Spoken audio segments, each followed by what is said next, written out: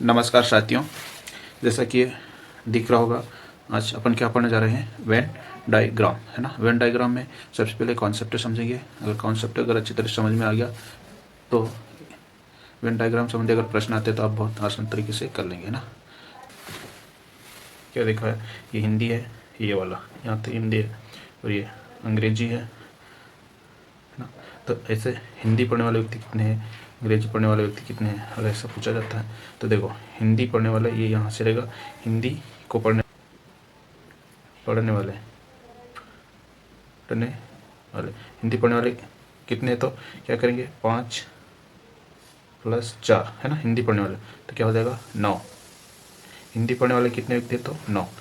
ये अगर केवल हिंदी पढ़ने वाले पूछा, है ना, तो केवल हिंदी पढ़ने वाले क्या रहेगा, 5, है ना। 5, ये 4 जो है हिंदी पढ़ता और अंग्रेजी। तो यहाँ क्या पूछा है, केवल हिंदी पढ़ने वाला, तो 5 आएगा, ये ध्यान रखना है। अगर पूछे कि हिंदी पढ़ने वाले कितने, तो जो इस डायग्राम के अंदर आएगा वो हिंदी पढ़ेगी, 5 और 4, है ना। तो ये टोटल कितने हो जाएगा, 9। अगर केवल हिंदी पढ़ने वाले तो 5 रहेगा। अब इसको देखो, ये अंग्रेजी पढ़ने वाला, है ना। तो अंग्रेजी पढ़ने वाले कितने रहेंगे, देखो इस डायग्राम के अंदर आएगा वो सब अंग्रेजी पढ़ने वाले। तो क्या 8 + 4 क्या हो जाएगा, 12। तो अंग्रेजी पढ़ने वाले कितने व्यक्ति, 12। अगर पूछता है कि केवल अंग्रेजी पढ़ने वाले 8, क्योंकि 4 जो है हिंदी पढ़ते और अंग्रेजी। यहाँ क्या पूछा, केवल अंग्रेजी पढ़ने वाले, तो क्या बताएंगे, 8। तो ये समझ में आया होगा। अगर इस टाइप का आएगा बताना। अगर पूछे कि जैसे कितने व्यक्ति जो हिंदी और अंग्रेजी हिंदी और अंग्रेजी पढ़ने वाले व्यक्ति कितने हैं, तो 4 जो है अंग्रेजी पढ़ते और हिंदी पढ़ते हैं, है ना। तो समझ में आया। आगे और इस टाइप का कॉन्सेप्ट देखते फिर प्रश्न करेंगे। तो साथियों, आप ये देखना, ये वाला डायग्राम दिया है और इसमें कितने, 3 दिया है, 3 व्यक्ति। देखो, हिंदी पढ़ने वाला, ये अंग्रेजी पढ़ने वाला और ये गणित पढ़ने वाला, है ना। ताकि हिंदी पढ़ने वाले व्यक्ति कितने हैं, तो ये वाला डायग्राम हिंदी पढ़ने वाला, तो हिंदी पढ़ने वाले कितने हैं, तो क्या क्या बताएंगे, हिंदी पढ़ने वाले। तो हिंदी पढ़ने वाले क्या करेंगे, 4 + 2 + 6 + 7, है ना। तो टोटल क्या हो जाएगा, 19, है ना।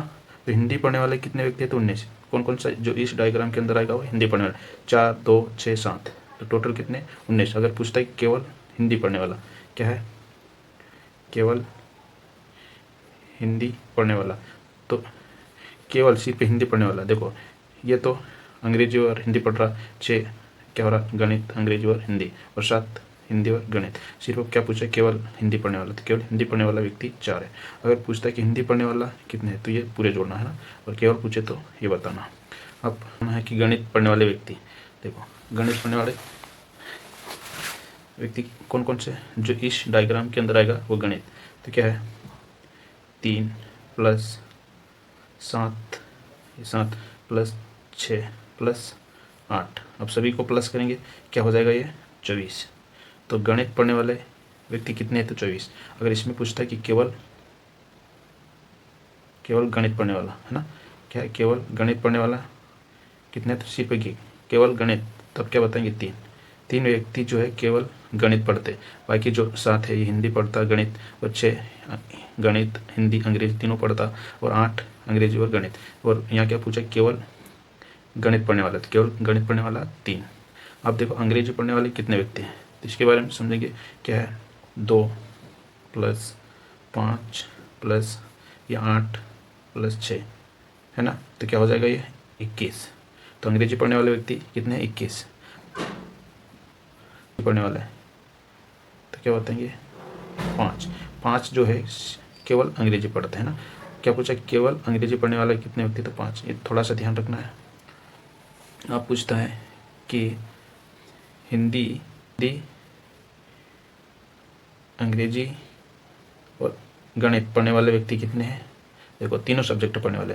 क्या हिंदी, अंग्रेजी और गणित पढ़ने वाले व्यक्ति कितने हैं, तो देखो जो 6 है, हिंदी पढ़ता, गणित भी पढ़ता और अंग्रेजी, तो क्या आएगा, 6 ऐसा व्यक्ति है जो तीनों सब्जेक्ट पढ़ते हैं, हिंदी पढ़ता, अंग्रेजी पढ़ता और गणित भी पढ़ता, है ना। समझ में आया।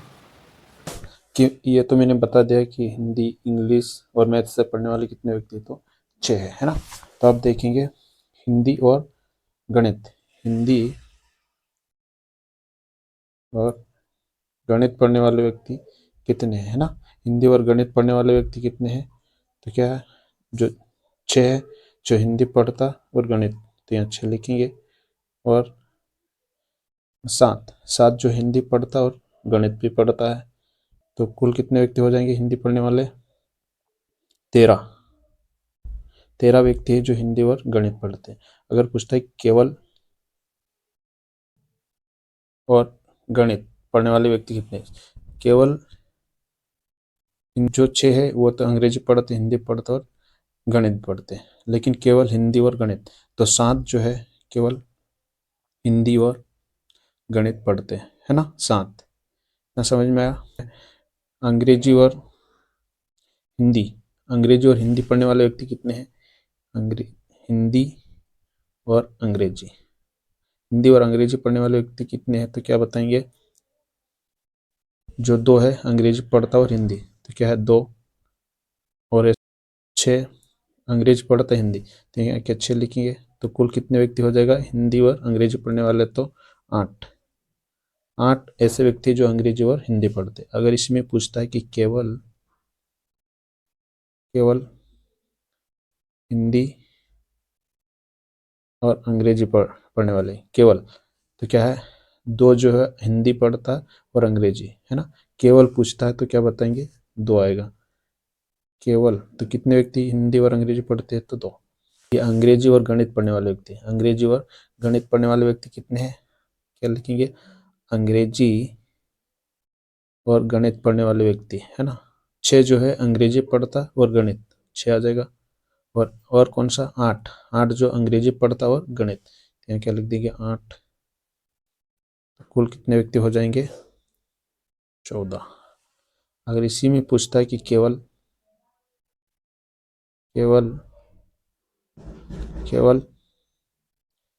अंग्रेजी और गणित, केवल अंग्रेजी और गणित पढ़ने वाले व्यक्ति कितने हैं, देखो जो 8 है जो अंग्रेजी और गणित पढ़ते, केवल पूछे तो ये बताना 8, है ना, 8। तो केवल अंग्रेजी और गणित पढ़ने वाले व्यक्ति कितने, तो 8, इतना ध्यान रखना है। ठीक है साथियों, तो मैं उम्मीद करता हूँ कि जो कॉन्सेप्ट है समझ में आया होगा और इसको अच्छी तरह से समझना है ना। अगर समझ में नहीं आए तो इसको एक बार और रिपीट करके देखना है। ऐसा मैं बता दिया कि हिंदी, अंग्रेजी और गणित पढ़ने वाले व्यक्ति कितने हैं, तो कितने, 6, है ना, ये 6 है। तो आगे अब प्रश्न हल करेंगे। प्रश्न क्या पूछा है, वह क्षेत्र ज्ञात कीजिए जो जीव विज्ञान और कंप्यूटर पढ़ने वाले किंतु गणित न पढ़ने वाले छात्रों को दर्शाना। तो अपन को यहाँ क्या देखना है, जीव विज्ञान, ये जीव विज्ञान है ना, ये कौन सा है, जीव विज्ञान, और ये गणित पढ़ने वाला व्यक्ति, और ये कंप्यूटर पढ़ने वाला। तो अपन को क्या क्या देखना है, जीव विज्ञान पढ़ने वाला और कंप्यूटर पढ़ने वाला और गणित नहीं पढ़ने वाले ऐसे व्यक्ति छाटना है। देखो 4 जो है गणित पढ़ता हुआ जीव विज्ञान, 5 तीनों सब्जेक्ट पढ़ते हैं, और 7 देखो 7 जीव विज्ञान पढ़ रहा है और कंप्यूटर और गणित ना पढ़ रहा है। तो 7 ऐसा व्यक्ति है जो जीव विज्ञान पढ़ रहा है और कंप्यूटर। तो इसका सही ऑप्शन क्या हो जाएगा, ऑप्शन सी, है ना। समझ में आया, ये छाटना है। आगे क्वेश्चन देखते हैं।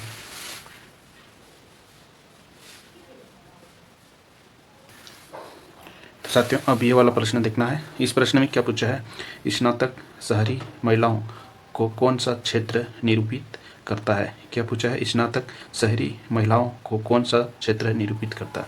तो यहाँ देखना है कि स्नातक शहरी और महिला, देखो ये दे रखा उद्योगपति, ये वाला महिला है, और ये स्नातक, और ये शहरी क्षेत्र। तो अपन को ऐसा अंक देखना है जिसमें स्नातक शहरी और महिला, देखो 4 जो है शहरी और महिला है, 3 तो सिर्फ महिला है, 5 देखो 5 जो है स्नातक है, महिला है और शहरी है ना। क्या पूछा अपन को, स्नातक शहरी और महिला, तो 5 स्नातक भी है, शहरी भी है और महिला, तो इसमें सही ऑप्शन क्या रहेगा, 5, है ना। तो ये पूछा था स्नातक शहरी महिला कौन सा क्षेत्र निरूपित है, तो 5 जो है शहरी भी है, स्नातक भी है और महिला, तो ऑप्शन बी सही रहेगा 5। समझ में आया? आगे और प्रश्न देखते हैं। तो साथियों अब ये वाला प्रश्न देखना है, क्या दिया है, नीचे की आकृति का कौन सा भाग ऐसे लोगों को प्रदर्शित करता है जो शिक्षित तथा रोजगार करने वाले हैं लेकिन उनका रोजगार पक्का नहीं है। अपन को ऐसे व्यक्ति देखना है जो शिक्षित तथा रोजगार करने वाले लेकिन उनका रोजगार पक्का नहीं। तो यहाँ ऐसे व्यक्ति देखेंगे जो शिक्षित भी है और रोजगार भी करते हैं लेकिन उनका रोजगार पक्का नहीं है ना। देखो ये इसको क्या मानेंगे ये, तो अब इसमें से अपन को क्या छाटना है, शिक्षित भी है और रोजगार भी करने वाले लेकिन उनका रोजगार पक्का नहीं है। तो ये रोजगार, ये वाला तो रोजगार पक्का है ना, तो अपन को रोजगार पक्का नहीं देखना। तो शिक्षित वो रोजगार को ऐसा कौन सा अंक प्रदर्शित कर रहा है, देखो शिक्षित को एक तो ये वाला कर रहा है, शिक्षित भी है और रोजगार भी है, कौन सा पी, और देखते हैं। देखो ये तो तीनों को प्रदर्शित कर रहा है, ये तो नहीं आएगा। डी, एक डी वाला है जो शिक्षित भी है और रोजगार भी है। तो ऑप्शन में देखेंगे बी और डी किस में आ रहा है, ऑप्शन सी। तो ऑप्शन सी सही है ना। तो इसमें कैसे देखना है, शिक्षित को भी दर्शा रहा हुआ रोजगार को, तो बी जो है शिक्षित भी है और रोजगार भी है, और डी भी है शिक्षित भी है और रोजगार भी है। तो ऑप्शन सी सही है ना। देखो अब ये प्रश्न दिया है, प्रश्न क्या दिया है, नीचे 3 आकृतियाँ दी गई है जो स्नातक और स्नातकोत्तर और अधिकारियों को निरूपित करते हैं। तो कौन सा भाग निरूपित करता है कि सभी अधिकारी स्नातक और स्नातकोत्तर है।